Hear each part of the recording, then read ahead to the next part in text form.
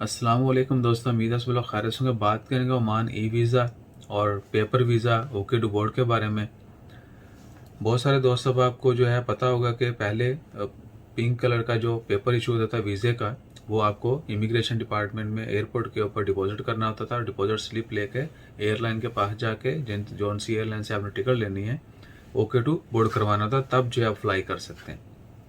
वो एक कंफर्मेशन होती है कि आपका वीज़ा जो है एयरपोर्ट के ऊपर मौजूद है, आपको फ्लाई करने की इजाज़त है, आप जा सकते हैं ओमान।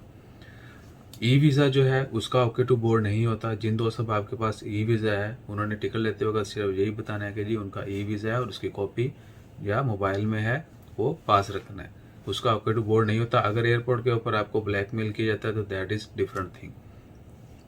और अगर पेपर वीज़ा है आपके पास, बहुत सारे दोस्तों आपको अभी भी उनको पेपर वीज़ा इशू है, उनको क्या करना है कि एयरपोर्ट के ऊपर काउंटर जो है वीज़ा डिपॉजिट का वो बंद है।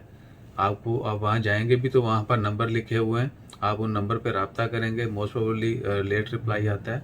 अगर वो करेंगे भी तो आपको बताएंगे आपने वीज़ा ओरिजिनल जो है आपके पास है वो लेके आपने जाना है। जौन सी एयरलाइन से आपने टिकट ली है या लेनी है, उनको आपने ओरिजिनल वीज़ा दिखाना है और उन्होंने ओके टू बोर्ड कर देना सिस्टम के अंदर। यानी उन्होंने वीज़ा देख लिया है और आपको जो है कोई मसला नहीं है।